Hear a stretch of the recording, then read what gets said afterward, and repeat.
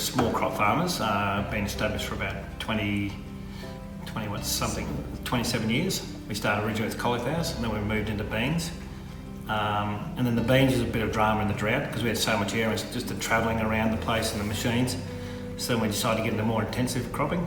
That's why we started the hydroponics. And then we get into all this undercover protection with tomatoes and captions. And we can see that the problem with years to come is labour. So we want a small footprint with high production, so we can have staff and they can make a career of it. So we might have pickers here for 6-7 months a year, so they make a career of it. They're not just backpackers flying in and flying out. You mean? That's what we're trying to do, just to run our business like that.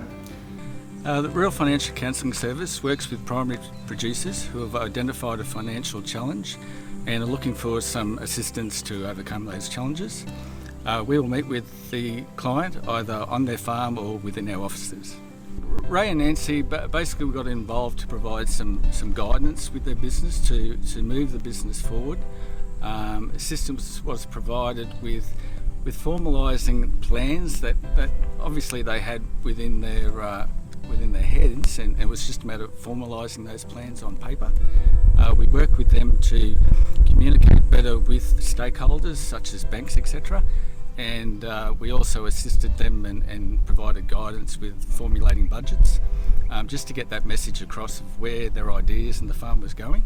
Change is an evolution. I mean, just things change, droughts, climate, markets change. We change our direction of our business. Utilising a case management framework, we take a big picture look at the business and identify some options and work with the client to implement some solutions to assist.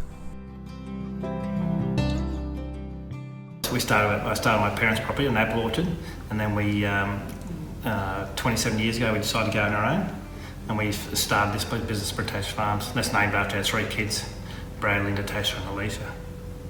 Some few years ago, we had to change the direction of the business, and the banker that we had at that moment weren't really interested in agribusiness anymore. And it was at a growers meeting that I was introduced to Michael. Majority of clients we find, as I said, just after a bit of guidance to discuss their plans, maybe work through some options that they hadn't considered. And as we say, the decisions are totally theirs, but sometimes they just want to bounce a few ideas, and we try and provide that guidance to move forward. It's sometimes very intimidating talking to a bank. We just need and because Michael he'd come off the farm and he had both sides, and he understood bank, understood farming. Sometimes banks are very cash flow orientated and facts and figures. So that's where we found it really, really good to me.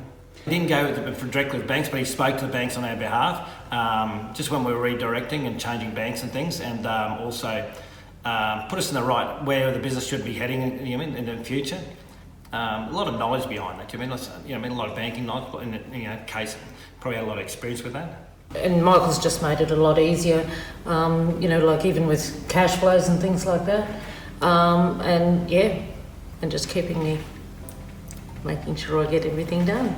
Not on the straight and narrow. That's it, straight and narrow. Free, impartial and confidential counselling to eligible primary producers to assist overcome their challenges.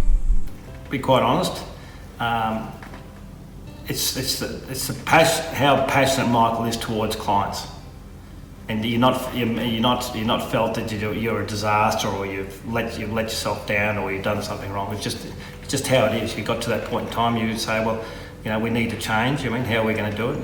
You guide us through all that. That's probably the biggest thing, of the whole thing. And then showed us, probably explained us how you talk to banks, and probably how important cash flows and planning and things are. We always known that, but farmers seem to put that on the back burner. We think bookkeeping's not important. Well, it is. Knowing your costs and your percentages and things like that. So I think just mainly those sort of things. Unfortunately, all the big farmers and multinationals have the capacity to employ their own accountants and bookkeepers and things like that. But a lot of good little family businesses, they just sometimes just need a little helping hand and guidance along the way. And at the end of the day, we still need all those family farms in Australia. We can't be run by corporates, because it just can't be run by corporates. We just can't. That's what agriculture is based on. You know, family farms. That's what it was all about, and that's where it all started. That's where it all started.